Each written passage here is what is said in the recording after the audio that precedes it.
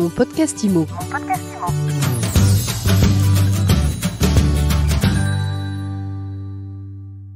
Comment les réseaux de mandataires immobiliers vivent-ils cette crise sanitaire? On en parle tout de suite avec notre invité, Olivier Colcombet. Olivier, bonjour.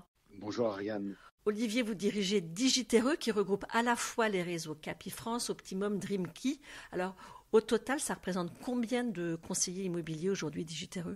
Alors le groupe, c'est sur ces deux marques principales, Optimum et Capifrance, c'est 5400 conseillers en ce début d'année 2021. Ça vous place en combienième position des réseaux de mandataires, 5400 conseillers? Alors ça dépend quels critères on prend en considération.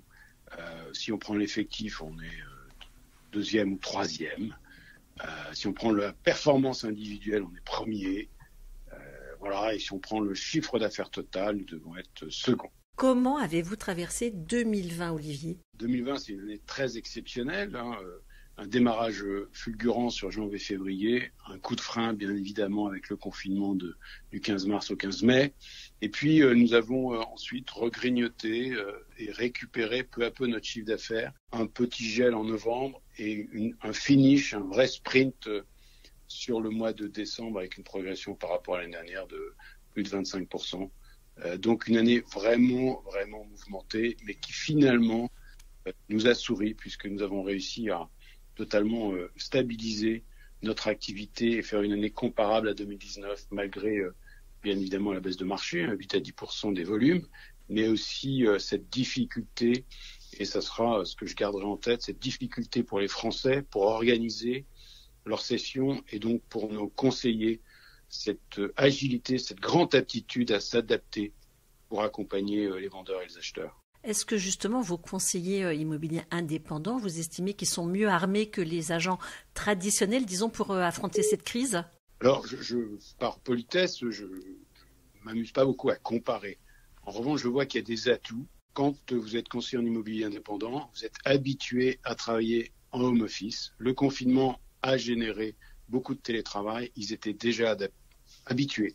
Ensuite, sur le plan des outils, bien évidemment, toute notre chaîne de valeur est dématérialisée, elle est digitalisée, puisque souvent j'aime bien employer le mot digital, nous sommes physiques et digital. Et donc oui, ils étaient bien mieux préparés parce qu'ils étaient entraînés et que leurs outils étaient définis et ont été développés pour pouvoir travailler de chez soi et travailler efficacement.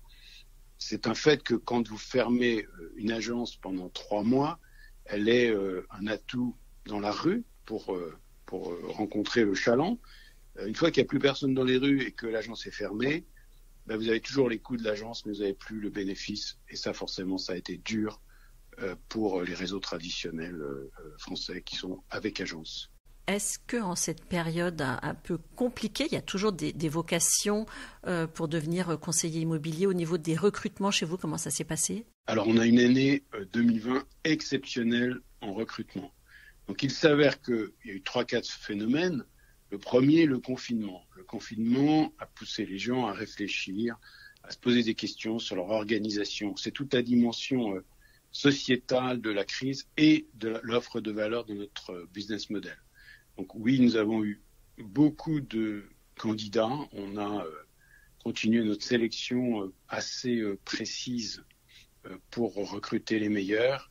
Et on a bien développé nos équipes commerciales, donc nos équipes de conseillers, plus de 20% sur l'année.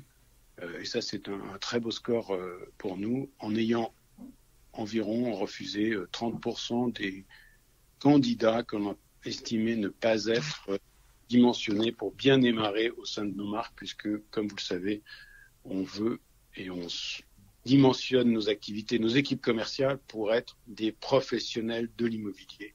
Et pour cela, on recherche des talents, bien évidemment. Les Français se sont posés aussi beaucoup de questions sur leur propre organisation, parce que quand ils ont télétravaillé, ils ont eu un certain intérêt, d'autonomie, d'organisation du travail, d'espace. Ça pousse les Français à déménager, on le sait, on l'a vu. Donc ça a aussi eu un impact sur leur organisation personnelle et leur organisation du travail. Et le modèle que l'on propose est séduisant quand on cherche de l'autonomie, à se responsabiliser, à fixer son niveau de rémunération et son niveau d'engagement dans le travail. Mais parlons rémunération justement. En moyenne, ils gagnent combien les conseillers immobiliers? Alors c'est très très variable. Ce qui est intéressant, c'est de voir qu'ils se fixent des objectifs, et de ces objectifs, ils ont un volume de travail à générer, puisque pour faire X actes, il vous faut X compromis et Y mandats. Donc ça, c'est le premier point, c'est cette liberté dans la fixation de leurs objectifs. Ensuite, en termes de rémunération, on a des conseillers dans nos barèmes à plus de 200 000 euros, ils font 98% de la commission est pour eux, et on a une vingtaine de pourcents qui sont à ces niveaux. Donc des très gros performeurs, une grosse réussite individuelle. En termes de moyenne, un conseiller, en moyenne, il fait 55 000 dans le groupe, ce qui est une très belle performance. Et ce qui est intéressant, c'est de voir la progression de ce conseiller. Au-delà de 2 ans, il continue à progresser et il peut voir, il fait 5 à 10% de progression par an, ce que rarement fait un salarié, bien évidemment, sur sa rémunération. Donc on voit qu'ils s'installent et ils continuent à développer leur marketing local et à travailler de mieux en mieux, très très accompagnés par la marque. 160 000 heures de formation en 2020 au sein de Digitero Academy, ce qui est colossal. Donc voilà, donc on continue, on est sur notre segment d'accompagnement très professionnalisé des conseillers. Et on vient de faire une étude Kantar interne qu'on est en train de décortiquer. Et cette étude, elle souligne à quel point le niveau d'accompagnement et de satisfaction est élevé au sein du groupe, comme l'a souligné le coach chez Kantar, qui nous ont dit vous avez des résultats incroyables. On a bien évidemment des pistes de progrès, il y en a toujours, mais le résultat global est hyper bon, avec un taux de satisfaction de nos conseillers plus de 93% chez Capifrance au global. C'est une très belle... dans une année aussi mouvementée, aussi chahutée, c'est un très très beau score. Qu'est-ce que vous vous fixez comme objectif 2021? Comment vous voyez cette année aussi particulière que la précédente, manifestement à l'aube d'un 3e reconfinement? Alors 2021, déjà avec le confinement partiel de novembre, on sait que ça ralentit les actes, puisque quand vous êtes confiné en novembre, vos actes du premier trimestre sont un peu freinés. La bonne nouvelle, c'est qu'on va faire un premier trimestre au moins égal au premier trimestre de 2020 en 2021. Donc ça, c'est déjà rassurant. Ensuite, pour le reste de l'année, on reste vigilant, puisqu'on a une visibilité qui est quand même très très faible. On va peut-être nous annoncer très rapidement un nouveau confinement ou un confinement partiel. Donc, je suis prudent, mais confiant. Je pense qu'on a les bonnes marques, les bonnes équipes aux bons endroits. Maintenant, si le confinement est trop fort ou si l'État arrête les différentes aides et subventions, on peut avoir un frein en termes d'activité économique. Et si ce frein intervient, ce sera plus compliqué pour les Français pour rentrer dans un processus de mutation, donc d'acquisition de biens, de financement, parce que les banques seront frileuses. Donc on est très très prudent et on surveille ça de très près. Mais pour le moment, on débute une année 2021 de façon très satisfaisante. Mais restons vigilants. Je ne serais pas étonné qu'il y ait à nouveau une baisse d'au moins 10% des volumes sur 2021 versus 2020. Et qu'est-ce que vous fixez un objectif de recrutement de conseillers? Alors, on a un objectif assez ambitieux pour 2021. Mais vraiment, ce qui nous importe, c'est pas tant le nombre de conseillers qu'on va recruter, c'est notre capacité à les amener au succès. Notre positionnement, on a un taux moitié moins élevé de nos premiers concurrents en termes de turnover, de départ, et celui-ci, on veut le conserver. Et la seule façon de conserver, c'est de développer nos conseillers, parce que s'ils chiffrent, ils sont heureux. S'ils sont heureux, ils restent à nos côtés et ils continuent à se développer. Donc on est vraiment sur cet axe de développement.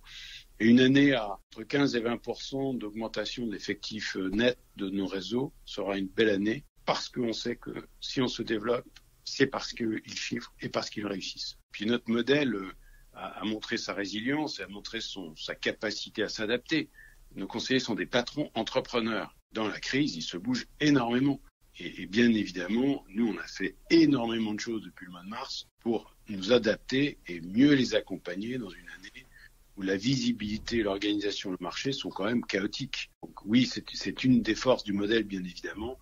Ils n'attendent pas le chaland, ils se déploient. Et nous avons énormément investi, nous avons une très belle progression de toute la partie digitale. On a entre 35 et 40%, selon nos sources, d'augmentation du nombre de visiteurs sur nos sites et du nombre de demandes d'information.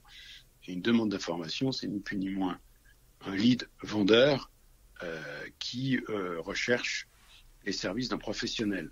Donc ça, c'est énorme et c'est des leads qu'on fournit bien évidemment à nos conseillers, des leads vendeurs. Ensuite, ils vont faire leur estimation dans le but de prendre un mandat.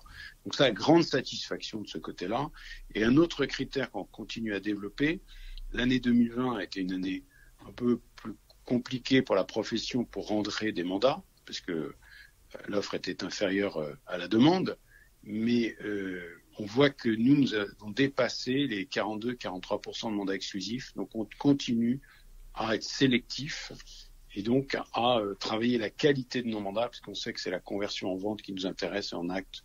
Il y a beaucoup de travail de mes équipes et des conseillers sur cet aspect-là, et c'est une vraie satisfaction de voir que notre stock de mandats exclusifs a très sérieusement progressé. On a pris 6 à 7 points de progression sur l'année 2020.